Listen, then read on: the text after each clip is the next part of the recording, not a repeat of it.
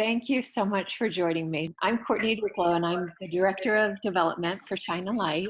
Shine a Light offers 2 annual fundraising events to shine a light on the millions of children, teens, women, and men who are living in the shadows of sexual exploitation and sex trafficking. And our proceeds from this event go to support organizations that are working tirelessly to put an end to sexual violence. So I'm truly honored to be sharing this conversation with Dr. Lois Lee. She's the executive director and founder of Children of the Night, a nonprofit organization that provides intervention in the lives of children who are sexually exploited and vulnerable to or involved in prostitution. Since 1979, Children of the Night has rescued over 10,000 children from prostitution. It makes me really almost teary to know that there is a force of love and compassion this strong that is being embodied in this world and really being a voice and a support and a protection for forgotten children. So in 1979, in 1976, Dr. Lee received her doctorate in sociology, where she was focusing on childhood prostitution, which was something that no other person was doing. And in 1979, you began to see the gaps and how these underserved kids were just falling through the gaps. So you opened up your home to 250 kids during the next 3 years. And then in 1981, she established the first drop-in center for children who were being prostituted just so that they could find something to eat and a place to sleep. And during that time, thousands came to receive food, get help, take a shower, feel normal, be human, receive government identification, medical referrals. And then in 1992, Children of the Night opened your first world-class 24-bed shelter for American children who were prostituted right here in the United States.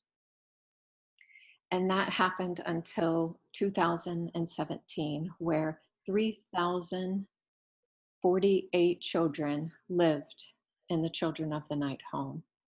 And Dr. Lois has received a lot of acknowledgement. And in 1984, she received the President's Volunteer Action Award by Ronald Reagan in the White House. And then in 1994, she received the National Caring Award, where a portrait of her hangs in the Frederick Douglass Museum and the Hall of Fame for Caring Americans in Washington, D.C.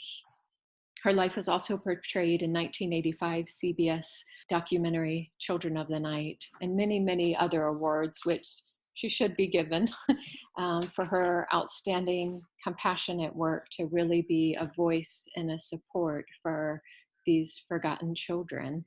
So it's a real honor, true honor for me to have this time to connect with you in person and to interview you and to let people know about your incredible mission. Oh, thank you. Thank you so much. Yeah. So can you describe what you're up to these days after 40 years? Well, I started Children of the Night because when I found children on the streets working as prostitutes in Hollywood, the Department of Children's Services social workers would not take them on their caseload because prostitution was illegal. Yeah. And I took the children to the juvenile courts, and the judges would not put them in residential programs because they were not crimes against property and they were only hurting themselves. So therefore didn't warrant the expenditure of taxpayer dollars. So the kids literally fell between the cracks of the system, and their parents had absolutely no resources. Wow. So, and that was 10,000 children ago. Wow. So what happened is I built this beautiful home, and it was really well run, and we had kids come in from all over the United States and even parts of Canada. And it was a world-class program. I mean, the kids got their hair done in Beverly Hills. They had 3 chefs. They had outings every Friday. They went to amusement parks and beaches and everything you could imagine. We celebrated every holiday, every birthday. It was a real place of love. But in 2017, laws changed. And it then became that if a child was caught sex trafficking, social workers had to take them on their caseload. And so the notion of a privately funded shelter that was taking children from, with the parents', request was gone. Because if your child's caught sex trafficking, then they presume that you're a bad parent when they take jurisdiction of your child. Yeah.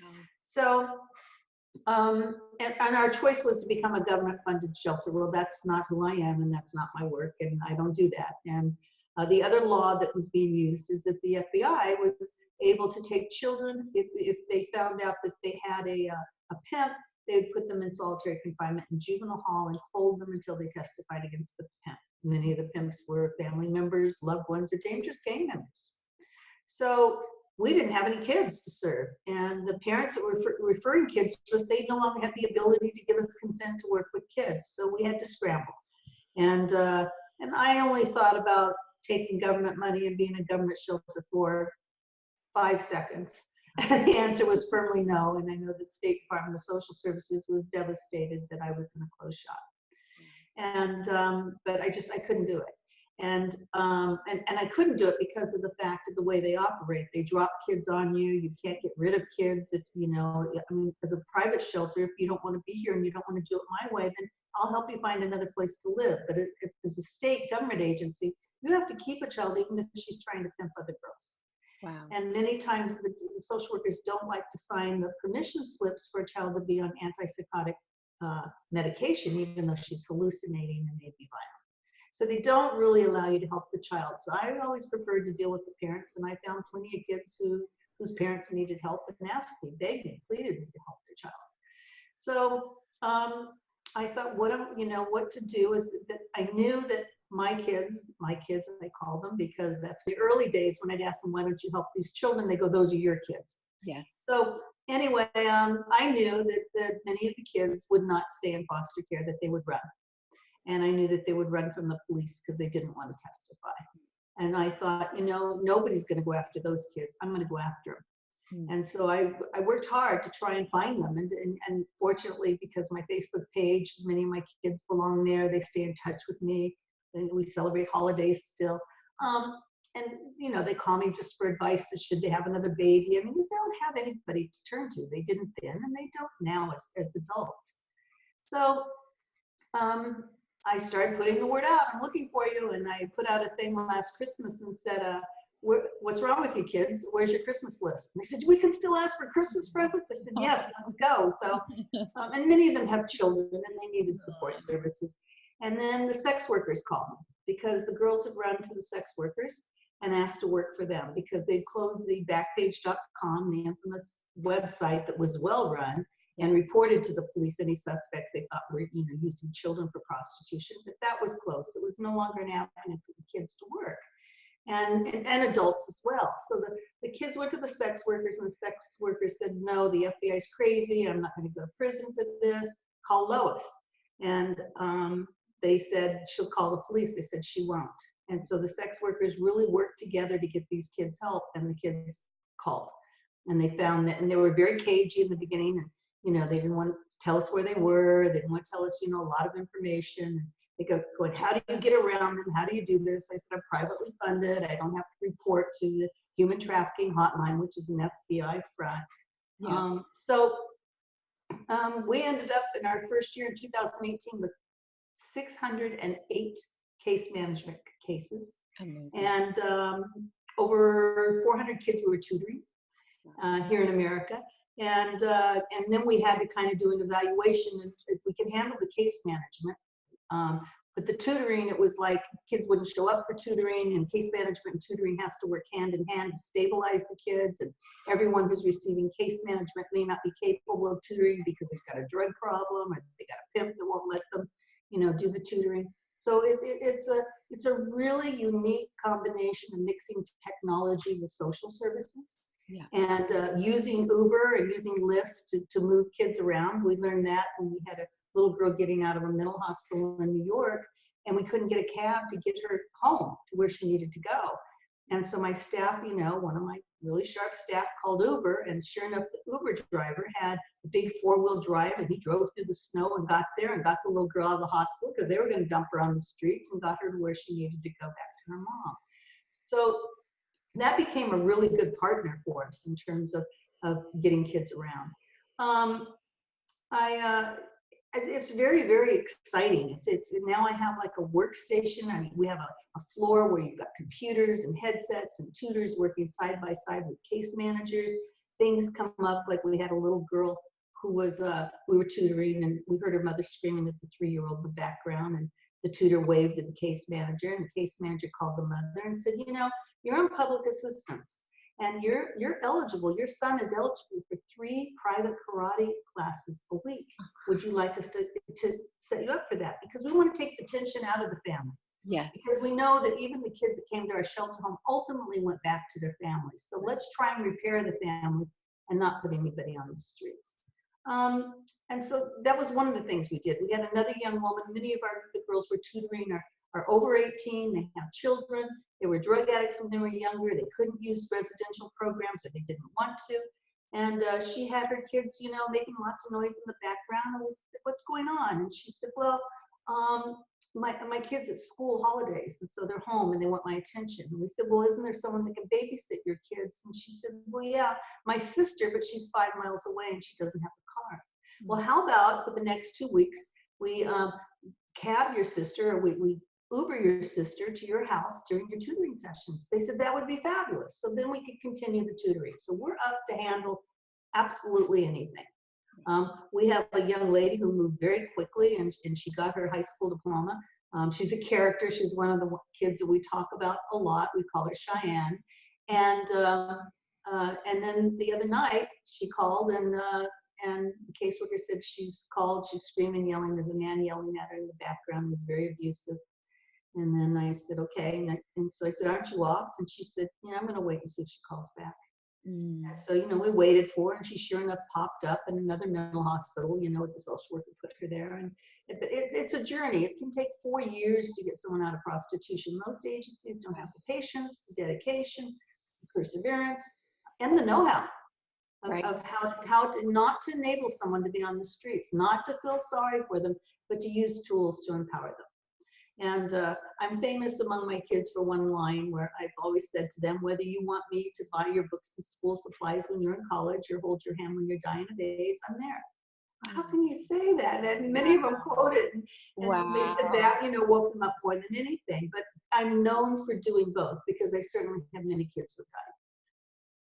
I'm just so curious. Even now you speak with so much passion and just so much dedication. That how have you maintained your passion after 40 years? Because obviously there's so many struggles on so many ends. Even just the story you're talking about of not willing to go down the government funding route, and all the barriers that are there, and just this constant struggles. How have you maintained your passion and your dedication for this amount of time? It's outstanding. I judge my kids, and I don't look down on my kids, and they're all human beings, and they're all entitled to be, you know, to be helped. And I get so angry at government and other people who set up barriers that they can't get jobs or they can't pass tests. That I'm dedicated to getting behind my kids and showing them how to manipulate the system, and how to score on the test, and how to, you know, get into you know, into jobs and have lives. And one of the things when the sex trafficking movements happened, a little girl said to me, I said, what do you want to be when you grow up? Because that's what I always say. Then I'm always looking at the long run. And they'll say to me, you know, the one said, I want to be a sex trafficking advocate. And I said, over my dead body, what do you really want to do? And she said, well, I want to be a lawyer. And I said, okay, but if you're a lawyer and you pass the bar and you get into a big firm, you can't tell anybody that you were a sex trafficking victim, because you will never make a partner. Right? You won't. You can do all this stuff. I mean, the FBI, the government uses these women who've been sex trafficked, and they parade them around, but in the end, they're going to dump them. Yeah. And some of that's already happening, because I have someone call me saying, I believe that they just think that I'm a whore, you know? And yeah, they do. Right. So I help them with the reality of that. And certainly it's my kids that, I had a young girl that I raised on the street. She was 12 years old, and she stayed with me from time to time. I got her in a private foster home. She ended up becoming a crack addict, and she was in juvenile hall for a long time. And she'd write me letters and say, this time when I come out, this is what I'm going to do. I'm coming directly to you. And she got out and didn't come to me. She went directly to the crack dealer. And she was found a few days later, nude in the middle of the street. She'd been sodomized, had ants crawling all over her body, and she was strangled. And the coroner's office called us because they couldn't ID her anyway, and called us to see if we knew her and knew how to get up her family, and we did. And my program director, who'd been with me over 20 years, came to me and said, how do you do it? Yeah. I said, don't you get it? No matter what you believe, it's over for her. This was an awful, horrible life for her since she was 9 years old when she was molested by her father. It's over. Yeah. And so, take all your various religions or whatever it is you want to believe, or your spiritual, beliefs. It's over, and that's okay. It's not always good, to be living in these circumstances. These kids come from horrid circumstances and can't always get out. Some kids have a lot to learn. These kids have a lot to forget. What an honest way to look at it, and still to feel just your passion and your dedication and just that flame. That's I watched some of your videos. That's so non-do-gooder, right, exactly. The non-do-gooder, but it's so authentically looking. I get even using the word sex trafficking, but authentically looking child prostitution and all the dynamics involved and all the barriers and taboos. Like, what in your work, what do you think that the biggest barriers and taboos are that keep these children stigmatized? Once a whore, always a whore. They can't be helped. Yeah. They asked for it. They'll never be anything, and that's what I'm really out to prove. And believe me, I have kids who are they're adults now, who are very, very successful. One who's retired Homeland Security, one's a banker, another one's a fireman in the oil refinery, makes more money than all of us. Social workers, a lot of them in social work graduate programs, teachers at major universities in the experimental elementary school programs. They end up doing all kinds of things. And I remember once I was taking some kids to Las Vegas to testify in court, and we were going through the airport in Burbank, and there was a woman there in security, and as I walked through, she says, hi, Lois, and I go, hi, and they go, you know her? And she turns to them and she says to me, she got me this job. And she worked for Homeland Security, and her job was, and I always teach them, don't throw away everything you learned when you were prostituting. It's not all over with. You've got some very special skills that other people don't have that you can use. And she was a behavior or something to where her job was to observe people coming through the airport and to identify those that could be carrying bombs or guns or dangerous or whatever. And, she was really good at it, and she excelled in that position. So I ask them not to go around and tell people everything about their past, except for their therapists and their doctors, of course. But at the same time, not to dismiss that as wasted time in your life. You learn something. Absolutely. And just to have your support and you seeing them for who they really are, beyond their circumstances, and really confirming their worth and their dignity, and being holding a long-term vision for their lives is really honorable in the deepest possible way, honorable. And I just thank you. Sexual abuse, sexual assault, sex trafficking. It's a hard conversation to talk about. And I'm wondering if you've noticed any changes in the 40 years of people being able to look at it more honestly, or more in a way that doesn't support the victim blaming, but really illuminating what this is that we just rationalize as just the way things are. That was a big question. But. No, and I know what I want to say about that is it's been glorified without sincerity. Yeah. Victims have been told that it's okay. They also re-victimize them with their having to take care of them, supporting them, enabling them. I don't like that. I'm tough on my kids. And I don't have rules. I have expectations. And if you don't meet the expectations, then I'll meet you where you are and help you with that. But they know what I expect of them. And I think that when you get in there and you start graveling and you start, telling them it's okay, and you re-victimize them, and it's not okay. It's not okay for people to do that to you. And I don't blame you for what it is you did, because it makes perfect sense. If you just took a picture of what of a child's lifespan in terms of born to crack addicted mom, living in a crack house, molested before she can walk, mother sells her for drugs when she's 9. What do you expect her to do when she's 12? Yeah. Right? It's a very normal process of where it is they're going. And we're not real committed to really stopping it. I said years ago, I was frustrated. I said to my girlfriend, who was a child psychologist, I said, who do we have that's really an expert in sexuality and children and American values? And she goes, oh, you have to talk to this guy who's an expert. So he gave me an hour of consultation. And I said to him, I'm trying to get them to implement the hair follicle tests in the hospitals, in the maternity wards, so we can tell, if a mother's is a drug addict. I'm trying to coordinate the police, to go out and follow them to the crack house when they leave the hospital with the baby. I mean, we can do something about this. We can create a program, but nobody wants to do it. I can't mobilize people to do it. Yet they want to help that 15-year-old kid who's got, tattoos and earrings where they don't belong and weird hair and dresses provocative. They want to help her. And I said, why? He said, because the young child doesn't sexually stimulate them as a society. Oh, wow. Yeah. Right? So you go out and you hug, you hug a girl who's, provocative and is sexually exploited, and, an adolescent with big breasts, and that's what they want to help. They don't want to help her when she's 3 months old. Right. Right? Right. And believe me, the child prostitution starts at home. Yeah. And I had a friend who was the head of adolescent medicine at Children's Hospital who called me once and said, we're getting a lot of babies in the hospital who are dead, and we can't identify why. And he says, it doesn't look like sudden infant syndrome, even though everybody wants to make it that. What do you think? And this was in Hollywood. And I said, did you check the baby's stomachs for semen? He said, you're making me sick. I said, you better go do that. And he called me up. He said, oh my God. He said, how does that work? And I says, the pimps have them sell the babies, to men to use their little mouths for sex and pay them. Wow. And it's more prevalent than what you think. And he was getting it because Children's Hospital is located in Hollywood.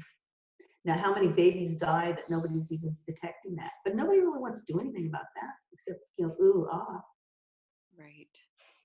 So it's an ugly, ugly, world that's not sexual. It's not fun. It's not about sex. It's about violence. It's about every kind of human violation you could possibly think of. Yeah. But if you get down on your knees and you start, crying and feeling sorry for them and stuff, how do you pull them out? You get right down there with them. Right. And you can't. You've got to be strong, and you've got to pull them out. Right. And my boys, they're okay. They have a community that accepts them, because most of them are gay. Girls don't have that. It's who's going to marry you if you ever did that. You don't have a community where young boys who are gay prostitutes, and in many ways, the gay community has seen so much sexual exploitation among their friends and their families that, they're willing to help, someone with that without, incapacitating them. I'll give you another example when it's just my approach. I had a young girl who wanted to be a pediatrician, and one day after lunch, I noticed she was laying in a fetal position in our yard at the home. And I went out and I said, Cheryl, what's wrong? And she said, this is the anniversary when my grandfather raped me and left me in the cemetery. And she was really young. And I said, well, Cheryl, your grandfather's not here, and this is not a cemetery. And if you really want to be a pediatrician, you need to pick yourself up and you need to go in the classroom because it's time to do algebra. And she got up and she went into the classroom, and I asked the teacher later, how's she doing? She said, fine, she's focused. But see, there's a lot of ways you could deal with that. You could get down on the ground, you could hold her, you could coddle her, you could say, I understand, you could cry with her. That doesn't help her. Right. Well, you're embodying a certain level of dignity that I feel it's like you're sharing that dignity with these kids. Yes. You're inviting them back into a dignified life. And I think that's a very different experience when we feel that core of our worth come back and we feel that sense of dignity that then whatever emotional traumas can resolve in that. But if it's an emotional trauma where you go into a black hole and you fall into the helplessness and the despair, it's very different than what you're transmitting of like, you're a dignified human being and look how far you've already come despite what you've gone through, and just reaffirming just that core sense of worth and dignity. That's what I feel as you're sharing it, just really affirming and nourishing and making connection with that dignified core of who they are. So thank you for that.